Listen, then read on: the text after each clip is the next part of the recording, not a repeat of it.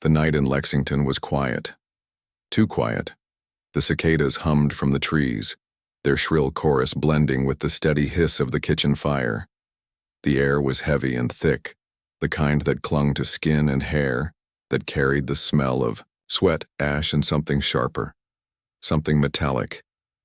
Inside the big house, lantern light flickered against the black iron pots, casting long, jagged shadows along the kitchen walls. The wooden beams creaked with the weight of another hot July night. And there was Sarah. She moved like water, smooth and silent, her face calm, unreadable. Her hands were steady as the blade in her grip cut through meat with practiced ease. No wasted movements, no hesitation. Her eyes, dark and deep, gave nothing away. Above her the floorboards groaned. Voices carried through the house, laughter, footsteps, the clinking of glass. 12 men sat waiting, their bellies hungry, their tempers short. Men who owned the land, the house, and everyone in it. Men who believed the kitchen and the woman standing in it existed only to serve them. But tonight, like every night, for the past 5 months they would eat more than they could ever imagine. They had praised her cooking for weeks now, complimented her secret spices, her uncanny skill at tenderizing even the toughest cuts. They licked their fingers clean and raised their glasses to her unseen brilliance. And every time, Sarah had bowed her head in silence, slipping back into the shadows, invisible again. If they looked closely, if they had really looked, they might have noticed the change, the stillness in her movements, the quiet way her eyes followed them, not with fear anymore, but with something colder, something sharp. But men like them never looked closely. They did not see her hands tremble that first night. They did not see her lips press tight to keep the bile down as she stirred the pot. They did not see how, night after night, she stopped trembling altogether. They never saw the storm gathering in the quiet of that kitchen. For 5 months they dined without knowing. For 5 months they laughed, drank, and toasted each other over plates that carried her vengeance. And when the truth finally surfaced, when the walls of that house echoed with screams instead of laughter, Lexington would never forget the name Sarah. Because vengeance, once fed, demands to be remembered. But on this night, in the stifling dark of that kitchen, no one could hear it yet. Only the low hiss of the fire, the hum of the cicadas, and the soft, steady sound of Sarah's knife carving through the quiet. And that quiet would not last. Lexington in 1847 was a city of contradictions. Elegance draped over violence, refinement built on blood. The streets smelled of tobacco and damp earth, the clatter of carriage wheels echoing through narrow lanes lined with white-columned houses. To outsiders it looked like prosperity, but for those bound in chains it was something else entirely, a place where every sunrise promised another day of servitude, another day of quiet endurance. On the edge of town stood the great house, its wide porches and manicured grounds a monument to wealth stolen from the backs of the enslaved. Inside, everything gleamed: polished wood floors, brass fixtures that caught the morning light, heavy curtains that smelled faintly of cedar and old smoke. But the beauty stopped at the kitchen door. The kitchen was a world apart, a narrow, suffocating space with walls blackened from years of fire and smoke. The air was heavy with the scent of grease that never seemed to wash away, the sting of lye soap and the coppery tang of blood from whatever had been slaughtered that day. The heat was relentless, pressing against the skin like a wet cloth. In summer it felt like stepping into the mouth of an oven. Sarah lived in that heat. Before dawn she rose to stoke the fire, her body aching from the day before. The rhythm of her life was measured in chores, chopping, stirring, scrubbing until her knuckles bled. Her masters barked orders without looking at her, their voices sharp and careless. Among the enslaved there was a hierarchy, and kitchen work carried its own peculiar burden, invisible enough to be forgotten, close enough to their masters to feel every lash of their contempt. Sarah learned early that silence was its own kind of armor. She was quiet but not dull, her sharp mind hidden behind lowered eyes and a bowed head. She listened when others spoke. She remembered details others overlooked, and she endured. But even silence can only carry a soul so far. The years left their mark, a deep, hollow ache carved by grief humiliation, and the weight of being owned. She had watched friends whipped, seen families ripped apart on the auction block, heard the muffled cries of the women taken in the night. Each memory etched itself into her like a burn, sharp and inescapable. Something in her began to change. It did not happen in a single moment, but rather as a slow, steady erosion, a quiet hardening of the heart. Every insult, every bruise, every casual cruelty added weight to a scale only she could see. And when that scale tipped, the quiet in her did not break, it sharpened. She began to notice things, routines, patterns, moments when no one was watching. The weight of the cleaver in her hand no longer felt foreign. The low hiss of the fire began to sound different, like it was waiting for something. At night, when the house grew still, and only the cicadas hummed in the fields, she would sit by the embers and let the thought settle. At first it was only a whisper, a thought she tried to push away, to smother with reason and fear. But the longer she sat with it, the louder it grew, until it became a presence in the room with her, breathing down her neck. By the time summer deepened into the slow, sweltering days of July, the whisper had become something else. A voice, calm and steady, telling her what had to be done. And she listened. Because in the deep silence of that kitchen, Sarah had learned something her masters would never understand, that even the quietest storm given time can level a house to the ground. And hers was just beginning to gather. The first time she told herself it was an accident.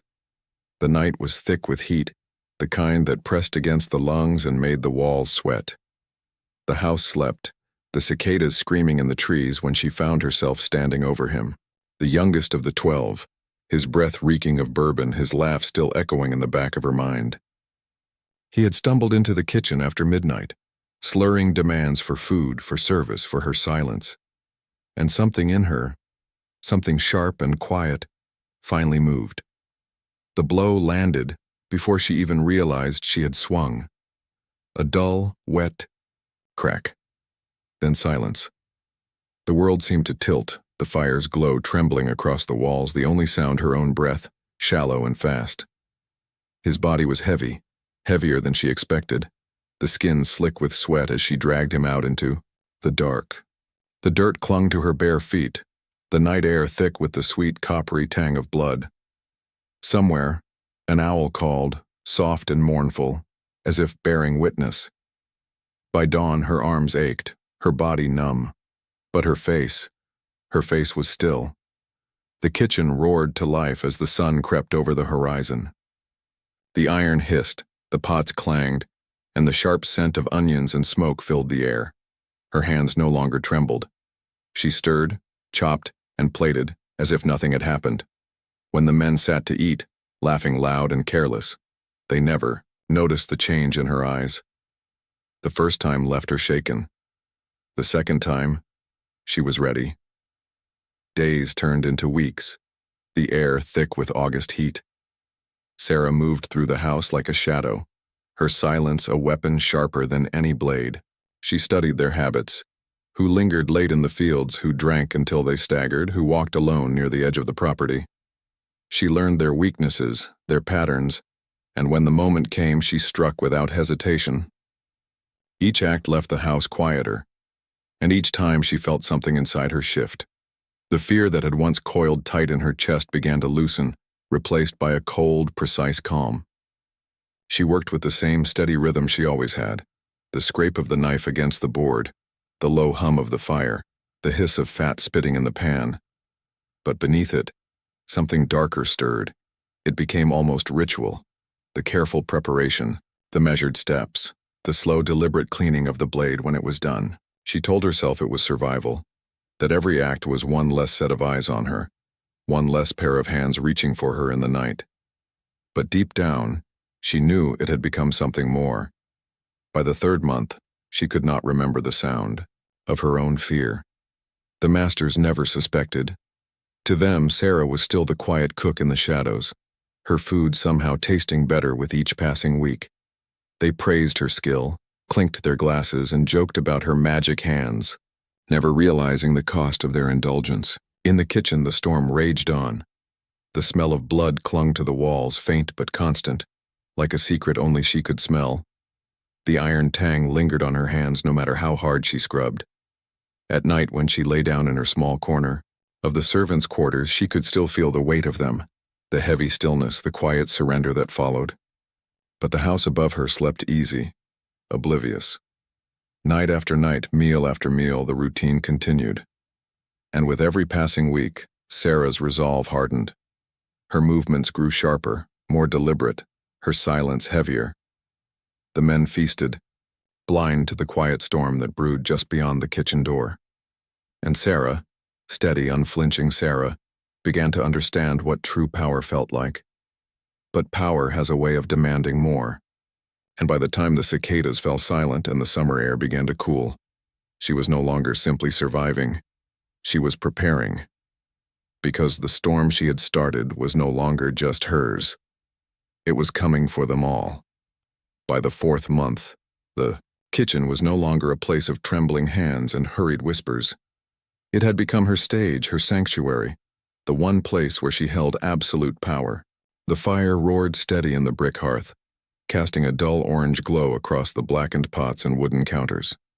The air was thick with the heady perfume of roasting meat and simmering herbs, scents so rich and intoxicating that they masked the iron tang beneath them.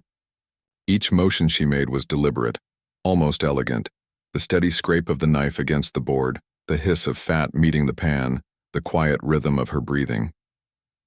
In the dining room, the men were loud as always, drunk on bourbon and their own self-importance. Their laughter rattled the walls, their boots thudded against the floor, and their voices rose in praise of her God-given gift for cooking. None of them noticed the stillness in her gaze when she brought the platters to the table, or how her hands never shook anymore.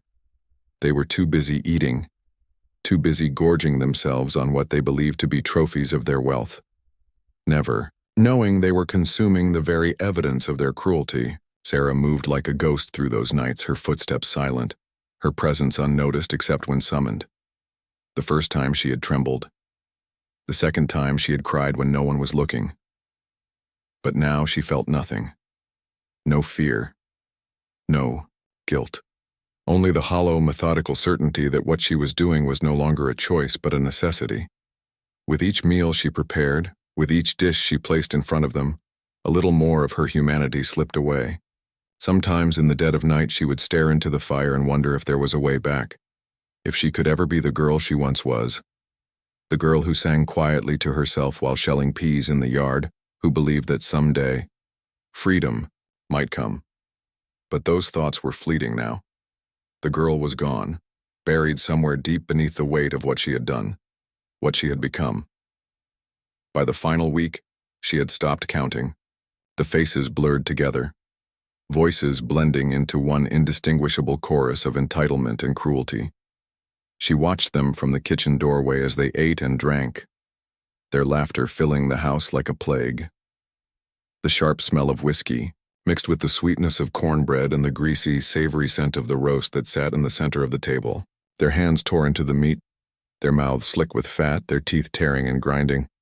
It was almost poetic the way they devoured themselves without knowing it, almost merciful. But mercy was not what drove her anymore. On that last night, the air was unbearably thick. Outside, the cicadas screamed as if the earth itself was warning them of what was to come. The men were louder than ever, their voices booming over the clatter of plates and the shuffle of chairs. They shouted crude jokes, clapped each other on the back, their faces flushed from drink and heat. In the kitchen, Sarah wiped her hands on her apron, her movements slow, almost reverent. She looked around the room, the scarred table, the soot-stained walls, the knife resting on the counter, and felt the quiet settle over her like a shroud. She knew, with the kind of clarity that leaves no room for hesitation, that this was the end. When she stepped into the dining room, the noise faltered for a moment. The men looked up at her, some smirking, others barely acknowledging her at all. She placed the final platter on the table, the rich, savory steam curling into the air, and met their eyes one by one. There was nothing in her gaze now. No rage, No fear, no triumph. Only the cold, unyielding stillness of someone who had already made peace with what she had done. They dug in, oblivious. The night dragged on, the house filled with the sound of clinking glasses and slurred voices, until slowly, one by one, the men fell silent. Some slumped forward at the table, others staggered away, their boots dragging across the floorboards before collapsing into uneasy sleep. By the time the fire in the hearth burned low, the house was quiet again, eerily, impossibly quiet. Sarah stood in the center of the kitchen, her hands empty now, her apron stained dark, and listened to the stillness pressing in from every corner of the house. The storm inside her had passed. What remained was something colder, something sharper, and somewhere deep in that silence the reckoning had only just begun. The smell gave her away, not the clean, sharp scent of lye and boiled herbs that usually drifted from the kitchen, but something sour, clinging to the air like a ghost that refused to leave. At first, no one said a word. The master still ate, still praised her meals, still laughed as they drank late into the night. But in the 5th month, a whisper bloomed, a quiet suspicion that grew louder each day.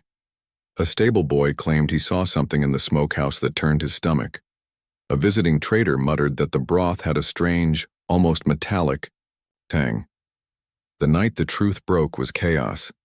Someone found a fragment, something that could not be explained away, and within moments, the house erupted. Screams ricocheted off the walls, boots pounded against the floorboards, and the sharp crack of a rifle being loaded split the night air. Panic mixed with nausea as realization sank in. What they had eaten, what they had praised, what they had swallowed without thought. And there, in the heart of it all, stood Sarah. She did not run. She did not beg. Her apron was stained, her hands resting quiet at her sides. Her eyes, hollow and unflinching, met theirs without fear, and for a long, unbearable moment, no one spoke. Even as the overseer barked orders and chains rattled, even as the women wept and men cursed her name, she did not utter a single word. The walk to the jailhouse was slow, deliberate. Torches burned against the black sky, their flames hissing in the damp night air. The crowd gathered, some to jeer, some to pray, most to simply stare. She was no longer just the quiet cook in the corner of the kitchen. She was something else now. A woman who had done the unthinkable, and in doing so, had slipped beyond their understanding. By morning, the town could speak of nothing else. Rumors spun into legends within hours. Some said she had cursed the food. Others claimed she had been guided by spirits. Still others swore she had simply gone mad. Mothers pulled their children close when they passed the jail, and men lowered their voices in the taverns, telling and retelling the tale of the woman whose silence was louder than any confession. Inside her cell, Sarah remained still. The damp walls dripped with the scent of mildew. The straw underfoot reeked of rot, but her face betrayed nothing. There were no tears, no rage, no prayers. Only that same haunting calm, as though her purpose had been fulfilled, and whatever came next, rope, gallows, or something worse, no longer mattered. For those who looked into her eyes during those final days, it was that stillness they would never forget. Not the crime, not the screams, not even the weight of the horror itself, but her quiet, her unbearable, unshakable quiet. And in that quiet, the town began to change. Some recoiled in disgust, some in fear, but others, though they would never admit it aloud, felt something else, something like awe. Because beneath the layers of horror and whispers, they all knew the truth. Sarah had done what no one else had dared. But the quiet did not last. Soon, the stories would take on lives of their own, twisting through the years until fact blurred into folklore, and her name became something whispered in the dark, a warning, a legend, a ghost. Years passed, and the house that once stood, proud over the Lexington fields, began to rot from the inside out. The kitchen, where the smell of bread and meat once drifted through the open windows, turned cold and lifeless. Its walls, once scrubbed clean every morning, grew slick with mold, and the hearth where Sarah had worked day and night became nothing more than a hollowed mouth of blackened stone. Yet though the house decayed, her story lived on. It seeped into the soil, into the whispers passed between mothers and daughters, into the quiet warnings traded between the enslaved in nearby towns. They said her name softly, Sarah, like an incantation, part prayer, part curse. Some called her a monster, a woman so consumed by hate that she had lost her humanity. Others called her something different, a reckoning, an unspoken answer to centuries of cruelty that had gone unchallenged. And if you ask the old families of Lexington, the ones who still trace their bloodlines back to that house, they will tell you her story in fragments, careful not to linger too long on the details. They will not mention the smell, or the nights when the masters grew pale and thin, or the way her steady hands never trembled. But in their voices, you can still hear the unease, the quiet fear of a woman they could never truly understand or control. Time has tried to bury her. There are no statues, no plaques, no entries in the polite histories written in town archives. But for those who know where to look, Sarah's ghost lingers. It clings to the old kitchen, where the air still tastes faintly of ash and iron, where the boards creak like footsteps even when the room is empty. Some say that if you stand there long enough, in the dead hush of night, you will feel her there. Not angry, not vengeful, but steady and unbroken, a quiet presence that refuses to fade. And maybe that is the truest legacy she left behind. Not the horror of what she did, though that horror still burns in the imaginations of those who whisper her name, but the reminder that even in a world built to crush her spirit, Sarah never yielded. She found her voice in silence, her power in patience, her freedom in the act that would haunt Lexington forever. Even now, as the world forgets, the question lingers like smoke in the rafters. Was she a villain, or was she something else entirely? And if you listen closely, to the silence, to the bones of that house, you might just hear her answer.